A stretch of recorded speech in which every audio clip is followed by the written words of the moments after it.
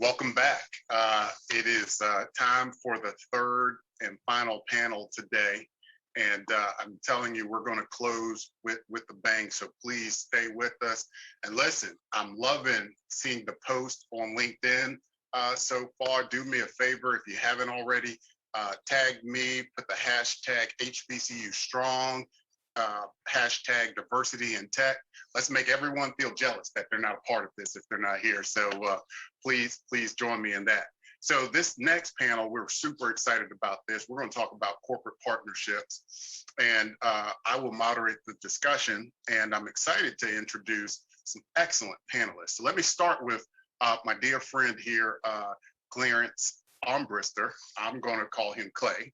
That's what he goes by, and we're friends, so we'll go with that. Clay became the 14th president of Johnson C. Smith University back in 2018, and he brings a unique experience in private and public sectors. So in addition to his background in education, Clay has held executive positions in law, government, and finance. What's interesting is he began his career as a lawyer. He went on to become managing director of Philadelphia School District. So think about that. Simultaneously, he served as the CFO and the COO. So that means he didn't sleep at all when he was there. He returned to the private sector as an investment banker at Payne Weber, which subsequently became UBS.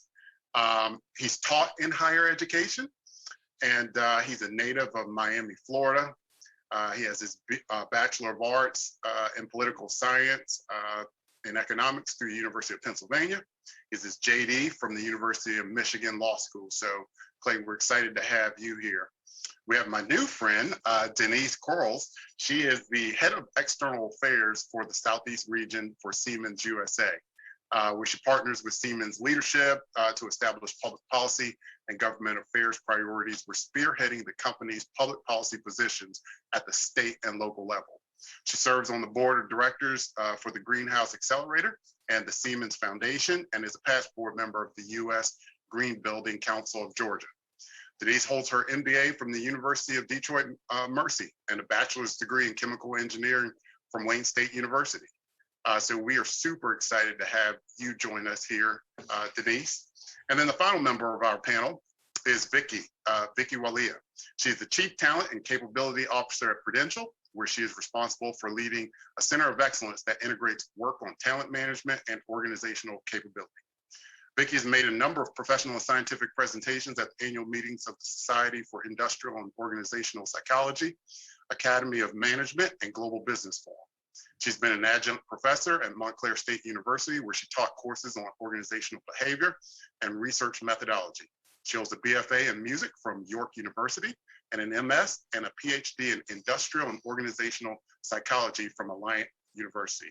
So we are excited to have you join us. So let's get the conversation started. We're talking about corporate partnerships. Clay, I really wanted you here because from my perspective, if we're going to talk about how to engage, we need to hear directly from our HBCUs. And in your position as the president of Johnson C. Smith, I personally respect your leadership, the job you've done there. So let's start the conversation by getting just some best practices or strategies for corporations to partner with HBCUs. And then as you think about your experience, maybe share how some of your corporate partnerships have impacted JCSU in the past 12 months as we've come through this pandemic, and how are they helping the university diversify the tech sector? Great. Well, thank you very much, Tom. And thank you to Truist for having this wonderful conglomeration of speakers and panelists today. I really appreciate the opportunity to be here. With all due respect to banks, they asked Jesse James, why did he rob banks? He said, that's where the money is, right? And so if you're looking for to diversify your talent pool, I think it's really important that as a strategy, you need to include HBCUs. And we have a unique position here in Charlotte, as Charlotte's only HBCU, and we think that that's going to position us to do very, very well. And it's our goal as we call it, the JCSU promise, to make sure that we can provide students of high quality and caliber so that they can diversify the halls of each and every one of the companies out there, including places like Truist. So the strategy is to kind of go looking for them, go to the HBCUs, to connect with them. We've been very, very fortunate in the last 12 months to have some pretty good partnerships with industry and with corporations. I'll start by describing at least one industry partnership we've had, and that's with Apple. And they have a program called Everyone Can Code, Everyone Can Create Partnerships. And that's really strengthened the university's commitment to develop students who can demonstrate the competence that you all are looking for in those fields. This particular partnership, which is referred to as HBCU C2, is a national teaching and learning initiative that really empowers Johnson C. Smith to bring coding and creativity experiences and program opportunities to the campus, not only to the campus, but to the community. It really promotes innovation, educational equity, and it aims to address community challenges using application design. So it allows our students and other members who take these courses to promote innovation and those things in terms of app design, utilizing Apple's Swift programming language. It adds some great opportunities for us. One of the things that we're really leaning into, Thomas, here is curriculum and combining the curriculum with experiential learning so that students can really take advantage. And this is one of those programs that does it. It provides curriculum and instructional transformation. It adds a proven and contextualized and modularized company-based curriculum to Johnson C. Smith courses. One of the things that and I haven't quite implemented it yet, but one of the things I've talked about in terms of technology is that technology needs to be the new foreign language. As a liberal arts institution, if you all gone to liberal arts school, you know that you had to take that foreign language, you had to get the Spanish 4, or French 4, or German 4. Well, in today's world, technology is the new language. And so one of the things that we've explored here at Johnson C. Smith is making it a minimal requirement for every student, no matter what you're majoring in, to really have some basic understanding of technology. So programs like the Apple Experience Everyone Can Code program allows us to do that as well. Thank you for sharing that. And I love the thinking around coding as your language. That's a creative twist. Love the partnership you referenced with Apple. And so Denise, let me turn to you. And again, I want to thank you for joining us on behalf of Siemens. Listen, I know you all have a strong track record at Siemens of partnering with HBCUs. So perhaps we can start the conversation with you sharing your perspective on what makes a partnership program within HBCU successful. Maybe talk about what do successful engagement models look like and how those partnerships should work to benefit everyone. Sure. Well, I too, like the president, wanted to say that I'm excited to be a part of this panel and discussion. I love that you started out by asking me about partnership.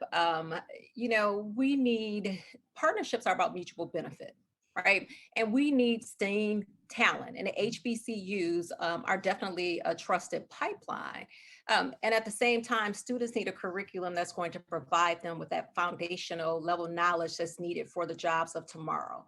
We see success happens when you can take that training and you can marry it with the talent and opportunities. That's why we're here to partner, because we're bringing some of that curriculum into the HBCU schools by bringing software and training into the classroom, whether it is electrical transportation or smart city infrastructure or advanced manufacturing. And then we're actively recruiting so that in the end, students gain that fluency. So when the president just talked about incorporating technology and coding into the curriculum, he's doing that because he's trying to make sure that they have that basic level knowledge for those high-paying tech jobs for companies like Siemens. That's excellent feedback, excellent perspective on partnership and the two-way street there. So Vicki, let me start by saying it's my pleasure to meet you. And you come highly, highly praised by Prudential's Chief Marketing Officer, Susan Johnson, who happens to be a very dear friend of mine. So I know Prudential has a culture of diversity. You all have announced a number of efforts around diversity. But I'd like to know which one of Prudential's HBCU partnerships you are most excited for, and maybe share why. Now, I know that's like asking a parent to pick their favorite child. I'm putting you on the scared spot. to answer that question. You know, it's really interesting because each of our HCBU partnerships, really HBCU partnerships, gives us something different and something unique, because each of the populations on those campuses are actually quite diverse in and of themselves, and they have a different profile. And what we're really trying to do at Prudential is build a really broad base of talent that's diverse. And, you know, we always think of diversity as male, female, you know, or non-binary. We think of it as, you know, by the kind of ethnicity or the color of our skin, but there's also diversity within those groups. And it's really important that we tap into that. One of the ones that I'm really excited about is with Hampton, because Hampton University, in which we are really trying to build a program that leverages our own employees who are alumni of Hampton University, and kind of doing a one-on-one matching. And I think that one-on-one matching is so important, because I can tell you, I'm first generation. Actually, not even in the United States. My son is first generation in the United States. I'm first generation in Canada. And I can tell you that I've never had access to mentors and people in the corporate world ever, right? When I grew up, there was only one thing you were supposed to be, and that was a doctor. And if you weren't a doctor, there was nobody for you to learn from. But what we're really hoping to do with this Hampton University partnership is really change that and give people who are coming into this university system and learning and growing up there with actually real life figures and people that they can work with and build a deeper connection with around, what do I do? How do I pursue this? What is next for me? What are the possibilities? Because I think part of it is dreaming bigger and aspiring for more for yourself, but part of it is also having the connectivity into those places so that you can dream bigger, but also have access to those things. And we are also kind of buffering that. We also recognize that financial support from us is going to be really important. And so we are committed to providing financial support to those students and their families. Yeah, thank you for sharing that. By the way, I grew up not far from Hampton University, so that was my my home school there. And here's what I will say about what you just mentioned in terms of showing up and having that mentorship. You know, here at Truist, we happen to bank or have strategic advisory relationships with a third of the HBCUs in this country. And so I get the privilege of leading our HBCU strategy. So I've spoken to a number of college presidents throughout the last 2 years as we put together this Truist HBCU strategy. And perhaps the most common refrain statement I got is, we need to have executives that look like these students on campus. We need to have mentorships. We need to have internships. And it can't just be a one-time, let's write a check and hope we hire your best students. It's got to be a way that we lift all the boats. We engage, we have a permanent presence, and we actually invest. So, Vicki, I love your strategy of what you're doing at Hampton, and I think that's kind of the blueprint that we all want our corporate partnerships to look like. So Clay. Yeah, I was gonna go ahead, Vicki. I was just going to say, and you know, we also know that we need to not only build relationships with the students, but also the dean and the professors to understand the curriculum and support that in kind of an ongoing touch, whether it be guest speaker sessions or helping them understand kind of, here's what we look for in the corporate world. Maybe you might want to have some of this incorporated, but also helping us understand what work we need to do as we think about bringing these students into our walls and into our companies. And Thomas, I was just going to comment on the great work that Truist is doing in those partnerships, because you really can't be what you can't see, right, or don't know about. And a lot of it is just exposure. And, you know, I think back to even my own experience, you know, many years ago, I knew I wanted to be a lawyer, but I didn't know any lawyers. The first time I walked into a law firm, surprisingly, was when I was going in my second year of law school for my interview for the second summer, which is really important opportunity. And that's just way too late. So here at Johnson Smith, we're really trying to look at a strategy where we get those students into those pipelines in terms of those experiences very early in their careers. Yeah, and so that's actually my next question to you, Clay, because it's about those experiences and our topic today, which is diversity and technology. And I know Johnson C. Smith has done something very creative, and you have this partnership with a technology firm in the region, Red Ventures, and this partnership may set a model for other colleges and corporate leaders. So maybe talk about that partnership, why it matters, and the level of effectiveness. Well, I'd love to, and you're right. It has spawned opportunities for others, and in fact, I'll talk about it at the end. But Red Ventures is a technology firm here in the region. It's a multi-billion-dollar world-class technology company with a portfolio of kind of digital platforms, and it's based just on the other side of the border in Rock Hill, South Carolina. Its founder, a gentleman by the name of Rick Elias, and I met because Rick has a very, very strong opportunity. He has a very strong commitment to helping the underserved. And he had a program called Road to Hire where he was helping unconnected youth, those youth that are 18 to 24, who weren't in jobs, who weren't in school, didn't have jobs, teach them how to code at his company and then offer them jobs at $50,000 plus. So he and I met very early in my tenure here at Johnson C. Smith. And luckily for me, I had a chance to go out to the campus and got an opportunity to meet him. And he said to me, he said, Clay, why don't we look at trying that at a university like yours? I said, be happy to. Well, we were probably having this discussion in June. The challenge was, as you can imagine, many founders of corporations who are kind of successful serial entrepreneurs, they want things like yesterday. He said, okay, we want to have it up by the fall. I said, Rick, that's going to be a little tough. He said, we're going to have it up by the fall. So we had some great staff members here who worked extremely hard in conjunction with the Red Ventures team, and they really fulfill one of my goals and visions, which is to have a class-based experiential learning opportunity that can result ultimately in employment. And that's exactly what happened. Mr. Elias and I had to meet with a group of senior students who literally had to change their schedules when they came back in the fall to take what was going to be a year-long class, half of it starting at Johnson C. Smith in the fall, and then the spring moving over to Red Ventures and working directly at the company. And we started out with about 14 students. We convinced them, and the big hook was Mr. Elias, who went off our script. We had this prepared script selling to the students. He said, look, I'll guarantee you this. This will be the hardest thing you'll ever do, but it'll be the most important thing you'll ever do. If you complete this class with a B, I'll guarantee you a job at $65,000 a year. Well, we got 12 seniors to change their schedules and take advantage of it. And 10 of those students made it through the first semester into the second semester. And those 10 students were hired and are now in their second year of employment. We started this program 2 years ago. We've since had a second cohort of another 9 students who completed the program this past year in the midst of COVID and everything else.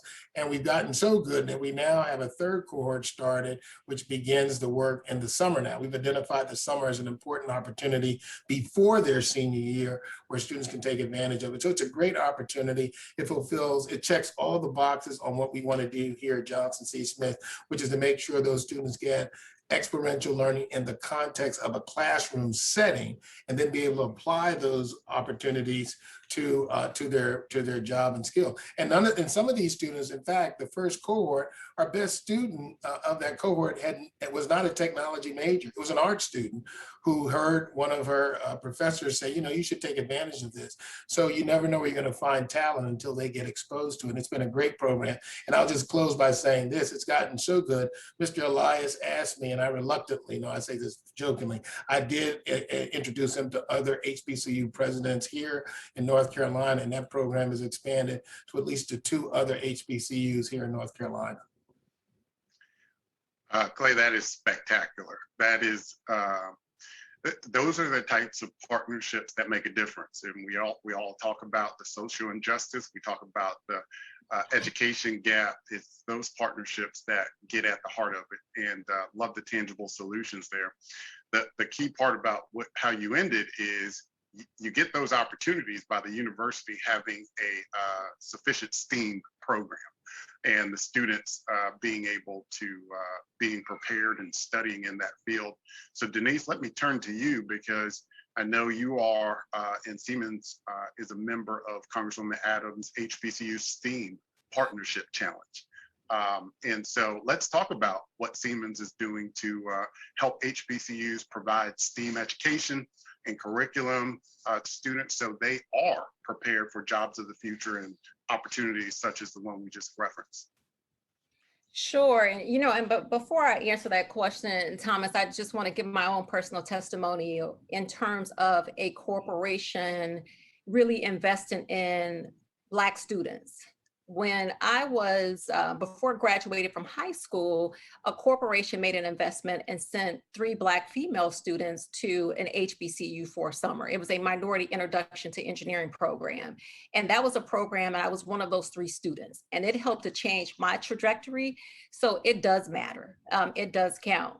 As it relates to Siemens, let me start by first giving some context. Siemens is a national asset. And I say that because when you think about the critical infrastructure it takes to make a city, a county, or a state run, you should think of Siemens. We are in airports, we're in municipal water systems, we're in hospitals, we're in transportation system, we're in every single sector within the US economy, and we have customers and partners in every state. I tell you that because we're able to do that because of the people. It's our engineers, it's our data and software experts, it's the lawyers, it's our finance professional, and it's our technicians who are on the line every day working in buildings. And that technology and that talent is largely STEM individuals. That's why it's so important for us, because we see HBCUs as a solid pipeline of talent. I read a statistic somewhere recently that said that 20% of that Black STEM talent comes from HBCUs, and 40% of Black engineering talent comes from HBCUs. Siemens needs that talent. We want to be a part of cultivating that pipeline. And so when Congresswoman Adams came up with the HBCU Partnership Challenge, that was easy for us. We need the talent. We stand ready to provide the training and access to real world software and solutions to help cultivate that. We need it. And so while we've been recognized, by some publications for talking about what we do as it relates to the talent, we're far more excited about today and tomorrow, and how we're going to continue to add and build those pipelines and pull that talent, because we need that talent internal to Siemens as well. Yeah, that's great, and I commend you on that, and expanding outside of recruitment and looking at those partnerships. And Vicki, that's a perfect transition to you and Prudential, and particularly, we've talked about how we engage with universities on recruitment, but corporate strategies should be broader than that. So why don't you talk and share maybe about Prudential's commitment to working with HBCUs outside of recruitment and the things you were doing?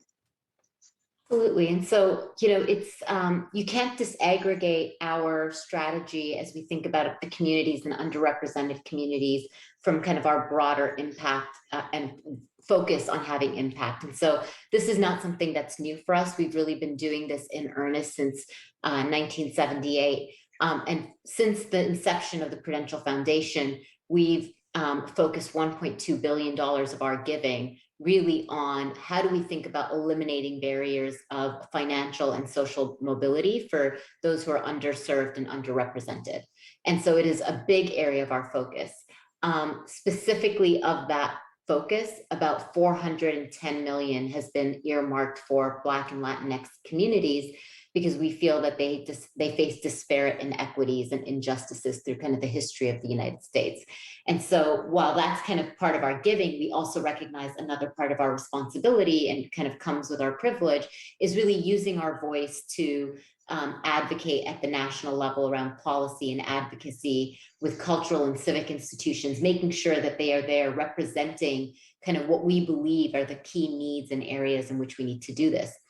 a part of that strategy, and a key part of that strategy, is developing even stronger relationships with our HBCU partnerships. And that is about thinking about how do we build how do we partner into the curriculum there. And I think, Clay, you mentioned something like that very early on in your opening remarks about the importance of, institutions across types coming together to shape what curriculum needs to look like so that it is pragmatic and useful. And Denise, you mentioned, STEM and STEAM is kind of where we need to go, but we need to help our educational institutions understand what it is that we need so students come out ready on the other side of it. And so we're really proud to be partnering in those ways. And we really encourage our executives and leaders to participate in any capacity that they can around that.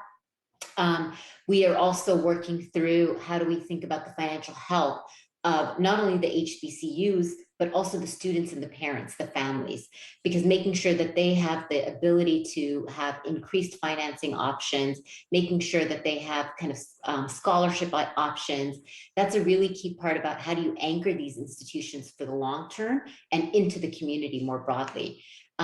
We are thinking about pathways specifically in finance and investments, because I think that's an area like STEM where I think we can do more there. And we're excited about doing that and kind of shaping what those pathways look like through, not only senior level internships, but even earlier in the pipeline. How do you set those opportunities up? And so we're really focused on this. This is kind of the beginning and earmarking of our process, but I look forward to sharing more as we continue to build it out. Yeah, thank you, Vicki. What I love about that approach is it's multifaceted. It's you're not saying we're only going to invest in building talent that will come in and be wealth advisors. It's how do we holistically provide a solution here, and so I think that's part of the challenge we all face. Look, if we think about pre-COVID. The situation in Black America, just from an economic perspective, where the unemployment rate was higher for Black Americans than the majority of the population. And we had about 1 million Black-owned businesses pre-COVID. With COVID, within the first 8 months, we lost over 600,000 of those businesses, right? And so as you think about who the largest employment pool was for Black people before COVID, it was those Black-owned businesses. And so today, it's more important than ever that corporations really focus on that diversity, and specifically HBCUs, but that we also diversify and think about how do we prop up, how do we support, encourage entrepreneurship from those students. So one of the unique partnerships that I'm excited about, and I hope you all will join me for this, is September 30th, October 1st, we'll have the first entrepreneurship summit. And the goal is to have all of the HBCUs participate in this. And because we have to encourage entrepreneurs, we have to encourage opportunities outside of corporate America, we have to encourage academia. And so it's this holistic approach, those partnerships that get at the heart of it. And so I'm excited when I hear corporations that talk about other things that they're doing to get at it outside of recruiting. Recruiting is super important, but we have to do that. So Clay, with that as the background, and the fact that I've had the privilege of working closely with you over the past year or 2 years as you've taken JCSU through COVID, through this pandemic. And you've created some groundbreaking partnerships. How can corporate leaders that are on this call, that are listening to this recording, maybe share some ideas how corporations can partner with HBCUs as we tackle this diversity of issues, and specifically diversifying the tech sector? Well, it goes back to my first statement. First of all, you got to go where they are, right? So don't sit back. Go out and be aggressive, be intentional. And that's one of the things I want to applaud you and Truist, Tom, is about your intentionality. that there's nothing that can overcome intentionality, because you just don't know what you don't know, and you don't know what you're going to find. So I would encourage all the corporations to make sure you go to the HBCU campuses, invite them to your corporations, and interact with them.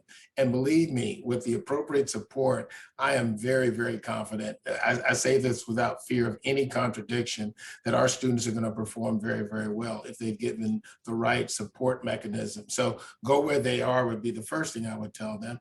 And then to reach out and have formal programs with the HBCUs, whether it's sponsoring our co-op or apprenticeship programs, the work that you're doing, the work that Vicki just described, what she's doing in Siemens.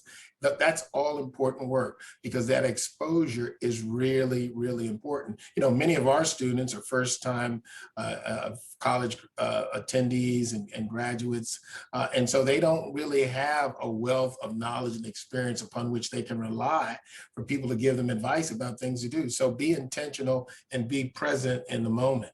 Look at your hiring practices. Are you being intentional?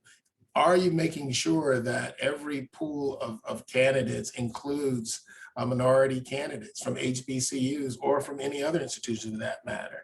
And then also don't get stuck on majors, particularly in technology. As I said earlier, that student, as we found out in that first cohort that went to Red Ventures, the top student was an art major who was just unbelievable. We invited her, in fact, to speak about her experience to the board of trustees. We have these lunch and learns, and they came to talk about their first year experience, and she was just unbelievable. I had an opportunity, it was in the midst of COVID in 2020, to hand her her diploma through a car window, and she said to me, President Armbruster, thank you so much. Thank you for this opportunity. She was so excited to start it. So don't get stuck in just the traditional majors. Look outside of those majors. And also something that Vicki mentioned as well, work with the faculty. You know, we reached out recently as we did part of our strategic planning process, and we tried to gauge what our corporations looking for. And one of the things that we discovered, and we're going to start working on this, is a new major in data analytics, because everything is data. We don't know what that means yet. I mean, we have some minors here on the campus, but whatever the data, at least I don't know what it means. I'm sure there are faculty members who know what that means here, but we're going to create a major in data analytics. But that was in part because we went out, we talked to the business community, and they said, this is what we need. So we're expecting to put together faculty and business leaders to figure out what that course and curriculum would take. And then join a career certificate consortium to hire students with recognized industry credentials. One of the things that we're going to incorporate into these curriculum that we're doing is the opportunity for students to get certificates in various components of the tech field. So go out and be intentional about hiring those as well. But those are just a few of the things that we would look to for corporations to do to diversify their populations, particularly from HBCUs. Thank you. I love that. And if you're a corporate leader and you're on this call, if you take nothing away from that, I hope you heard intentionality. And from where I'm able to sit. So I'm the chair of the Corporate Advisory Council for the U.S. Black Chambers. I sit on the National Board of Inroads. And just in those areas, I've been able to see corporations that are intentional about where they engage, how they connect, and that they have a plan to actually bring solutions to the table. And Denise, Siemens is one of those companies. You guys have been intentional about your level of engagement. As we all think about the real challenge for our HBCUs, particularly throughout the last year, given the exaggerated, and I want to emphasize that, the exaggerated impact of the pandemic on our HBCUs. And then you throw on the social injustice awakening, the impact, the mental impact on the students, and engagement of the faculty. I know Siemens stepped up in a big way to help our HBCUs and engage. So maybe you could share a little bit about how you supported HBCUs during the pandemic, how the social, economic, and racial crisis really has deepened the company's commitment to diversity in the workplace and creating new pathways? Sure. So you are right. It definitely COVID has had a disproportionate impact on the Black and Brown community. We all know that that's been our lived experience of those on this call. There's a couple of things that I'm particularly proud of that we've been able to do. So the Siemens Foundation, our Siemens Healthineers, and our employees donated nearly $3 million. And we partnered with Testing for America to help with testing technology as it relates to COVID that could help assist HBCUs. One in particular that I'd like to highlight was Delaware State University. Some of that assistance, financial assistance through Testing for America, it enabled Delaware State University to perform 35,000 tests. That was testing students twice weekly, and that helped them keep their doors open. But that learning was also put into a playbook. And then we were able to cast a wide net to share that information with other institutions. So I think that that was helpful. One other thing we've done is the Siemens Foundation was able to provide Morehouse School of Medicine with a vaccine outreach grant. And so they had a mobile unit that went out within the community, particularly the Black community, where there was a higher hesitation to vaccination, to just educate and inform and to answer questions out there. We've also worked and provided some of our software technology to institutions, one in particular, Morgan State University. And so they were able to utilize that technology, software technology, to educate their students on digital twin. And it's helping with that, what we call a living lab on campus. That same technology is also used within 35 local businesses and 140,000 businesses worldwide. So this is actual real life application that these students can use and hopefully end up working for a Siemens, but out there technology in general. As it relates to what have we done at home in terms of our own workforce, we've been talking about the social injustice and unrest a lot more, and not just talking, but actually pledging to make a difference with metrics. And then we're partnering with organizations to make a difference, like the HBCU partnership, right? Because it's those type of collaborations that are needed, companies making that commitment, having the hard and tough conversations to figure out what role can we play. Yeah, and I think the final part of what you just said is super important around the metrics. And I'm a firm believer that people do what gets measured, and you should measure whatever you expect. And I know that's what we're doing here at Truist, and similar to what you referenced, one of the commitments we made was to increase our diversity in our senior leadership, and to be intentional in the next 3 years to go from 11.9% to 15%, which would lead the financial services industry at that highest level.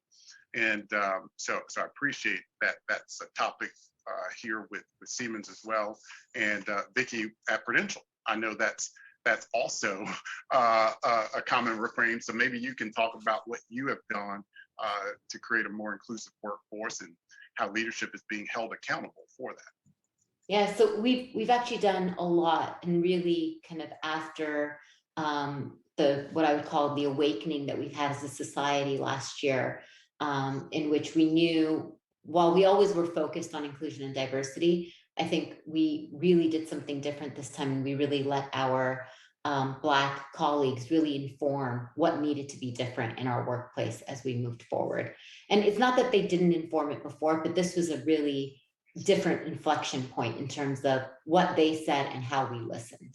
And so we've made 9 commitments across racial equity, and they fall into 3 buckets. They fall into commitments to our people, very specifically our employees and how they experience Prudential. There are commitments to our customers, because we want to make sure that we are actually meeting, the financial markets aren't always inclusive, and we need to play our role in making them inclusive and making meaningful financial products and solutions available to a broader set of our constituents. And then finally, at kind of the societal level, how are we going to have an impact, whether it be through investing or through using advocacy of our voice? And so, for example, we have declared for us Juneteenth as a day of reflection. And what we're really pushing for is that it's a day which we do not come to work, and that we, but that's more at the national level, but we're going to start in our own borders first. So that is one of our people commitments, is that Juneteenth is going to be a day of reflection and learning for us. We also have commitments around being more transparent about our data. And so you will see in our proxy statements and kind of all of the kind of external reporting that you do, we've taken a big step forward about what data we share about the makeup of our company. And we know that we're not where we want to be. And so another commitment that we have is we're going to change what that makeup looks like, both at the senior levels, because that's really important. Diverse leaders build diverse teams, but also into the leadership, the group that becomes the next leaders. And I think you actually have to do both, right? At our entry levels, we actually do a really good job with diversity. We get them in the door. It's about growing them through our pipeline. That's what we need to focus on.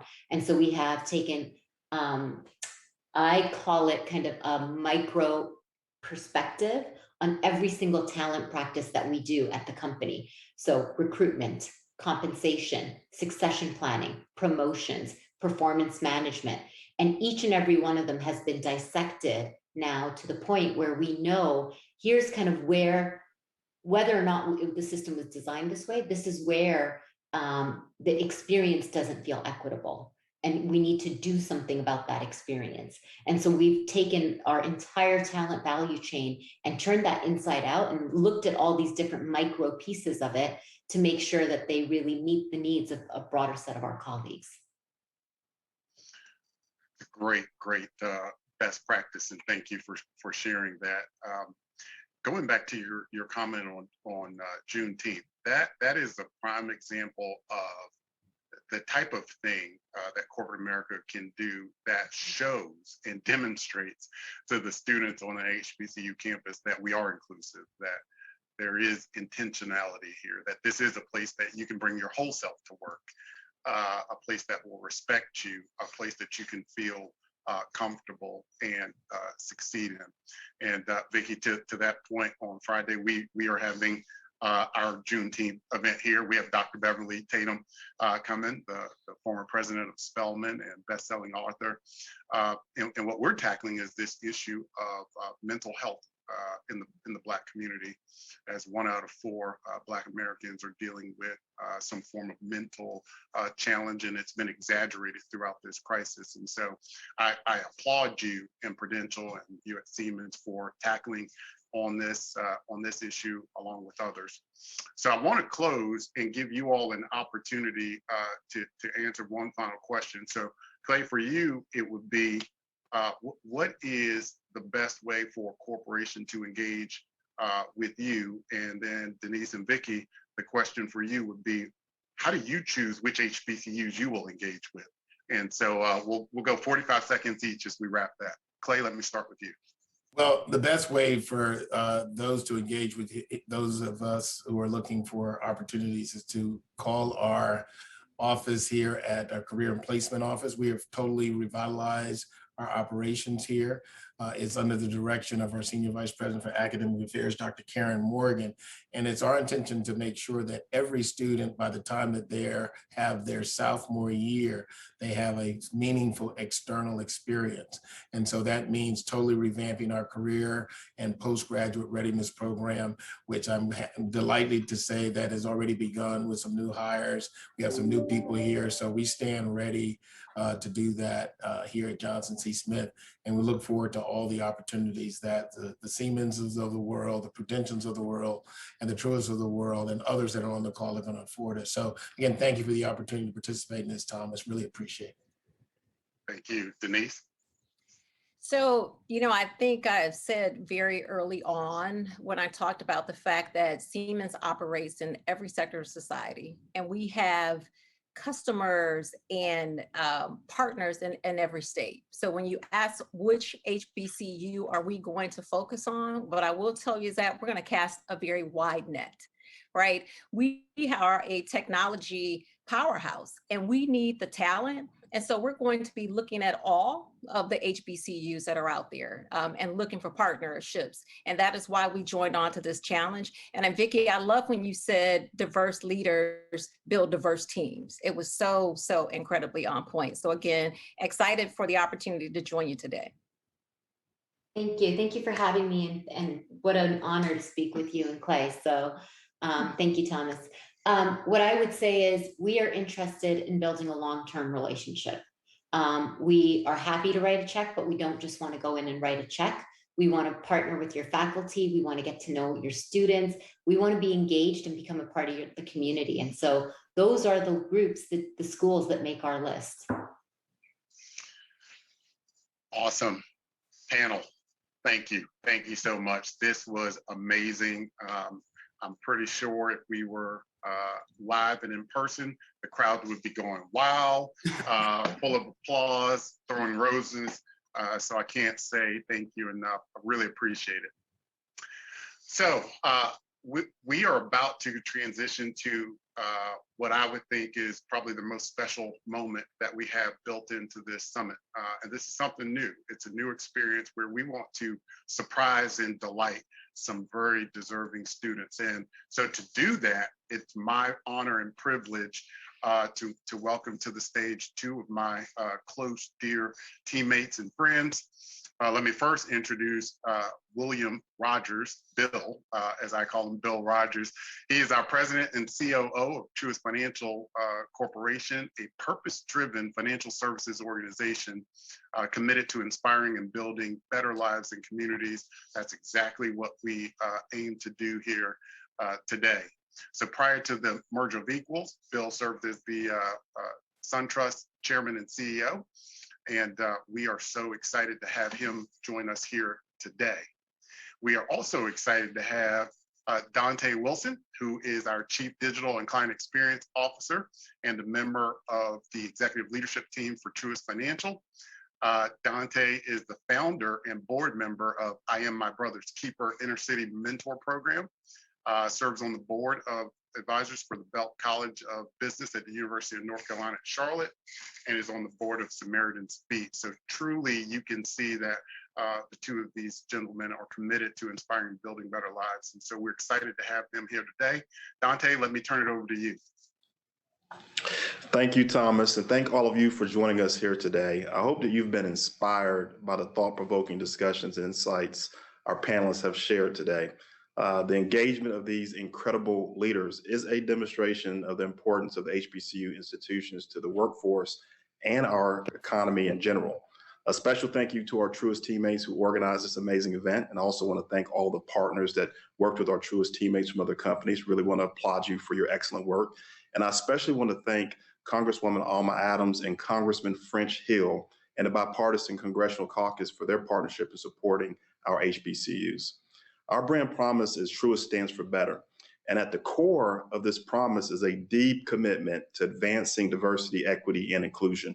Our partnership and support of HBCUs plays a significant role in helping us accomplish that. Truist firmly believes in the power of education, and HBCUs serve as a significant educational resource across our communities and industries, as you know. When you look at the technology sector, we see a significant opportunity for HBCUs to help educate and mold the leaders of tomorrow while addressing the need to improve diversity, equity, and inclusion in the technology field. Our partnership with the HBCU community is a long-term journey toward achieving this goal of achieving and advancing our purpose of inspiring and building better lives and communities. We're looking to create sustainable and meaningful impact by investing in the future. That's the students that are on this call and many others that are here. That is also a requirement of us to invest in the best and brightest students in HBCUs through scholarship programs to help bridge the financial gap. So today, I'm honored to introduce in this next portion of our agenda, a moment of delight that Thomas talked about, a moment of surprise, as 10 deserving HBCU students who are preparing for careers in science and technology, engineering, and math will be named as recipients of a $5,000 scholarship from Truist. So with much excitement, I would like to turn the floor over to President and Chief Operating Officer of Truist, Bill Rogers, to do the honors of presenting the the scholarships to our wonderful scholars. Great, Dante, thank you. And Thomas, thank you. And all of our Truist teammates and again, all of the panelists for just a great session. Also, thank you, Representative Adams and French. I think Dante, I can say Representative Adams was the first office we went to when we announced our merger. So I think we started at the right place. And Representative French is a banker, so we have a lot of similarities, a lot of alignment. I don't know what I did to earn this spot, but I've got the best spot in the program, just to be really clear. So I get the opportunity to just talk about the future and reward fantastic students who are going to make an incredible difference for our country. I have the distinct pleasure, many of you can't sort of see, but I'm looking at a screen and I'm looking at the future. And I can't tell you how excited, I'm gonna wave at them. I can't tell you how excited I feel about the future looking at this screen. So without further ado, we are gonna name some names, and in this part, maybe we can at least virtually do some applause or raise our hands or celebrate as we go through them, but $5,000 scholarships to help them continue their education, pursue careers in science, technology, engineering, and math, and quite frankly, just change this country, which is I'm so excited about. So in no particular order now, so this is in no particular order, I'm going to go through these. So from Alabama A&M University, Jeremiah Lucy. Jeremiah, congratulations, awesome, great job. From Florida A&M, we got Ivana Onima, Jasmine Waters, and Savandrew Hooks. Yay, awesome, great job. From Howard University, home of our vice president, we've got Christopher Tilford and Williams Obidika. So congratulations, great job. From North Carolina A&M, we have Jared Brown and Monica Coleman. Congratulations, super job. And from our hometown, Johnson C. Smith University, saw your president earlier, been on your campus. We got Neely Marquez and Davion Wright. So congratulations, team. Just absolutely incredible. We are so proud to be part of your lives and part of your future. As Thomas talked about and Dante talked about, our purpose is to inspire and build better lives and communities. And I literally can think no other way to do that than to help each of you individually along your journey, because that's what you're going to do. You're going to be inspirational. I can assure you that you're going to change. You're going to build communities in the work that you do. Now, we hope some of that work might be at Truist. So don't forget us as you go through this journey. Remember the friendships that we've established. But regardless, you're going to be part of our family. You'll always be part of the Purple Truist family. We're proud to be part of your future and where you're going. If you can think about the last year for all of us, right, has just been an incredible year. And the fact that, you've persevered in this environment, our company's persevered in this environment, it has really linked all of us together as one team. So one of our core values is to be as one team. And I hope that you'll think about that. I mean, you've formed a small group here as well. Follow each other and support each other through this process, and be advocates for each other, be part of that one team value. We all need somebody, absolutely every day. And you've created a community, right here. The work ahead of us, Kelly talked a lot about that this morning. I think when he kicked off, we're really proud of what we're doing at Truist. Thomas talked a lot about the investments that we're making in our company, the commitments that we've made to diversity, but not only to diversity, but what's really important is to inclusion, and to create an inclusive environment, to create an environment where people can come to work and be themselves. And Dante had me interviewing somebody earlier today, and we were having this exact discussion, is that, just the incredible additive nature of the diversity of a company and incredible inclusivity and what it means for us and the way that it allows us to move forward. So we're proud of what we've done, but we also recognize it's a journey, and we're going to continue to take steps forward in that journey, and proud to do that, and have a lot of partners that are helping us along that way. I'm excited. I'm energized. I'm really positive about the future of our country. I'm really positive about the future of our company. I'm really positive about all of you and the things that you can accomplish and the opportunities that you're going to afford to others. If I could counsel you in one thing, is as you're reaching forward, don't forget to reach back, because there are plenty of others as well that could use your hand, and you're a shining example. And you may not even understand the leadership role that you play and how many people are watching you and watching your success. And just don't forget that in the leadership roles that you play as you move forward in this great country. So let me just say thank you to all of you. I'm really, really proud of you, and I look forward to following your incredible success. And I'd like to thank Congressman French Hill for being with us. And I think I turn the floor over to him to close us out. So, Congressman. You, Bill, for doing that, and Dante for the scholarship ceremony. If you're like me, that was refreshing, and probably the best moment of the day.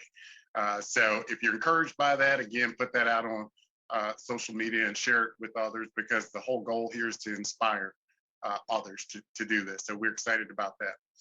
So it's my privilege right now to introduce the co-chair of the Bipartisan Congressional Caucus on HBCUs, Representative French Hill. French is the 22nd member of Congress to represent Central Arkansas. He was elected on November 4th, 2014, and began his first congressional term in 2015. He's a member of the U.S. House Committee on Financial Services, where he serves as ranking member on the Subcommittee of National Security, International Development, and Monetary Policy. Prior to his congressional service, French founded and chaired and was CEO of Delta Trust and Banking Corp., which is headquartered in Little Rock and recently merged with Arkansas-based Simmons First National Corp. Throughout his career, Representative Hill has been active in civic affairs. He's president of the Rotary Club of Little Rock and served as the 2013 chairman of the Little Rock Regional Chamber of Commerce. He's received numerous awards and recognition for his long-term support of Boy Scouts of America, the arts and humanities and tourism, and historic preservation in Arkansas. He's an avid outdoorsman, Boy Scout, and spends recreational time outside hiking, fishing, and more. Representative Hill is a magna cum laude graduate in economics from Vanderbilt University. And sir, we are honored to have you here. And for those that were with us last year, you'll know, I think Truist started a record of making big announcements during this conference. Last year, we announced a multi-million-dollar effort to finance and provide access to capital for underserved businesses.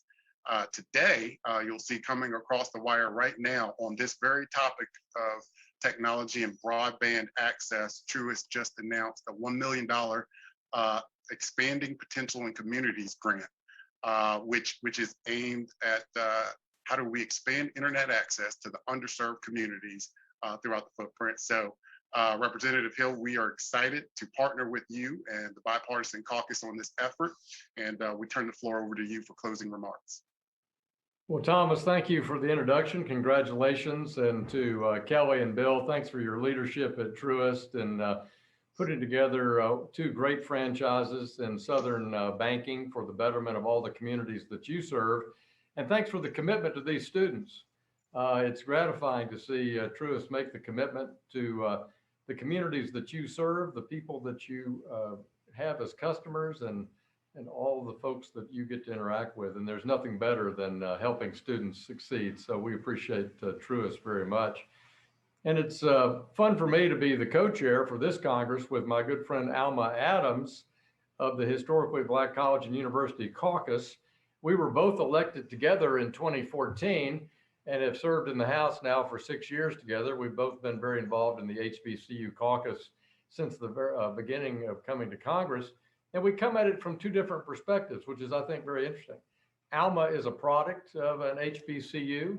She spent 40 years in higher education and dedicated to the performance and success of her students at an HBCU. And for me, I came at from the point of representing 4 HBCUs in Central Arkansas. The 3 privates, the only 2-year private HBCU, Shorter College in North Little Rock, Arkansas, the Methodist School, Philander Smith, and the Baptist School, Arkansas Baptist College. And then we have the Land Grant School, which is right outside my district, but we employ a lot of their students, and a lot of the faculty live in my district, and that's the University of Arkansas at Pine Bluff. So I've come to it from a business point of view. These 4 HBCUs in Greater Little Rock have been critical to our economic success, to producing students of high character and high talent for our workforces, and they are a big part of our community. So I got to know Arkansas Baptist as a banker. When I was CEO at Delta Trust, we worked hard to help finance the needs of Arkansas Baptist College. I worked with the then president, Dr. Fitzhill, who came to Arkansas Baptist and served for 10 years as president. And he had a vision of using new market tax credits. And we worked together, and we systematically rebuilt the Arkansas Baptist College campus using new markets tax credits. It was a combination of local bank, community bank as a lender for that project, and a big national bank that won't be named on this program as the buyer of the tax credit. And it was a perfect outcome. It's exactly what you want, where you have the business community come together and partner with a local higher education institution. And so that's what I'm excited about of the work we're doing, is extending the kind of experience I had at Delta Trust and the Little Rock community. And we're extending that across all the congressional districts that represent an HBCU. And we're doing that because, sure, the federal money is important to these campuses, and I'm going to talk more about that in a minute. But it's also key that small companies and large companies partner on these campuses. And that's what I like about what I see Truist doing, but that's what we're celebrating this week across the HBCU Caucus, where we have technology companies all across the nation that are partnering with our HBCUs. And I say across all congressional districts because sometimes, like everything else in life, resources get concentrated. We have some very famous HBCUs like Howard University here in Washington, D.C. Howard's an amazing place and has produced not only our Vice President of the United States, but amazing people in all walks of life. But I like to pitch to the corporate community, look at all of our HBCUs, from Prairie View down in South Texas, all the way to Howard in Washington, D.C. They're producing 30% of our STEM graduates in the African-American community, and they're all instrumentally helpful in that local economic region. And so for the Fortune 500, we invite you to recruit on our campuses, share philanthropy and student support and faculty support. But I also would say to my fellow members of the House, work with your local business community for that same sense of internship and faculty support as you recruit to build a diverse and successful workforce. So my hat's off to everybody who's doing that. We just need more people doing it. Now let me close with just some comments. I know you've heard about it today. Alma and I have a new initiative that we're working on with our over 100 members in the HBCU Caucus, which we call the Ignite Act. And this is to respond to a GAO study, Governmental Accounting Office study, that showed about 50% of our just over 100 campuses had some severe infrastructure needs in their buildings and facilities. Some of this just comes from age. Many of our schools are 150 years old, and some will have state taxpayer support in our land grant institutions, but maybe that's not keeping up either. So this is a grant program, a competitive grant program to improve teaching, educational, technology infrastructure on our campuses. And to me, what I like about it is it encourages private philanthropy. It encourages partnership with companies and others who want to give money and support our HBCU campuses. And importantly, encourages our states for our land grant schools who have a taxpayer obligation, in my view, to support these campuses. It encourages them as well to partner on these infrastructure challenges on campus. So it's a treat to be with you. I want to thank Truist for this great program. I got to see everything you've talked about. Thomas, thanks for the invitation. And again, Kelly, Bill, thanks for your leadership in the financial services industry in supporting these campuses, recruiting on these campuses, supporting these great young students that are the future of the country. And I appreciate the invitation to be with you. Thank you, Representative Hill. Thank you, Congresswoman Adams. This concludes the 4th Diversity in Tech Summit, and we will see you all next year. Thank you all.